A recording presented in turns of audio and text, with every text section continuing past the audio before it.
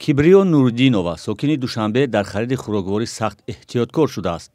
زیرا او چند دفعه مشاهده کرده است که در بازار و مغازه‌ها محصولات کهنه شده را نیز می‌فروشند. بالاشون نکلتکاشون ایواز کردگیان چیزای درتر گذشتگی را موندگیان در چیزهایی که با مثلا یا 2-3 روز دیگه موندگی همون چیزها را موندگیان بسیار ترگی در مالوچنی هم خیلی چیزا رو پرو میشه و اتراولینی میکنه آخه کودکا را کسل میکنه آدمای کلان کسل میکنه سلامتی را ضرر داره. بیشتری محصولات نیاز اولیه در تاجیکستان وارداتی است. با اطلاع کمیته امنیت عضوقواری میان کشورهای وارد کننده سال گذشته از همه بیشتر از روسیه محصولات پس‌صفت وارد شده است. 160,201 کیلوگرم میوه و سبزی و 15,000 تن پلیزیوی همچون محصولات بی‌صفت و خطرناک معین کرده شده از فروش باز داشته منع شده و نیز نابود کرده شده. در سال گذشته در مرز تاجیکستان نزدیک 40 تن پنیر و 60 تن کارتوشکای بی‌صفت که از روسیه و 21 تن ماندارین از ایران وارد میشد آشکار و پس گردانیده شد. در این مدت برای وارد کردن محصولات پس‌صفت 128 صاحبکار جریمه شدند و از دید چند نفر دیگر تفتیش جنایی سر شده است.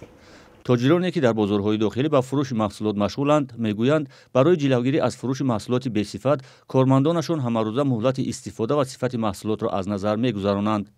محصولات شیرین محصولات همه محصولات را ما میارن اول سراغشون میبینیم نه باشه قبولشون میکنیم مثال یک روز ماندگی 2 روز ماندگی خیلی چیزا باشه قبولشون نمیکنیم را برمیگردونیم. یک سببی به تاجیکستان بعضا وقت وارد شدن محصولات پس‌صفت و مهلت استفادهشان گذشته را کارشناسان با فسادکاری در گذرگاه‌های گمرکی بستگی میدهند اما سبب‌های دیگر را نیز پیش میآورند.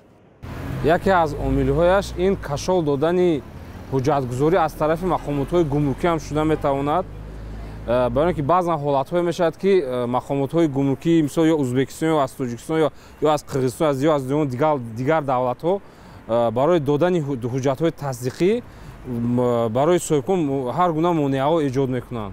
این گونه حالت‌ها هم میشد از همین سبب محصولات‌هایی که مدت استعمالیشون کوتاه است با صفت پس به تاجیکستان وارد میشد. فروش محصولات پس‌صفت در بازارهای تاجیکستان بارها نگرانی ساکنان را به میان آورده است.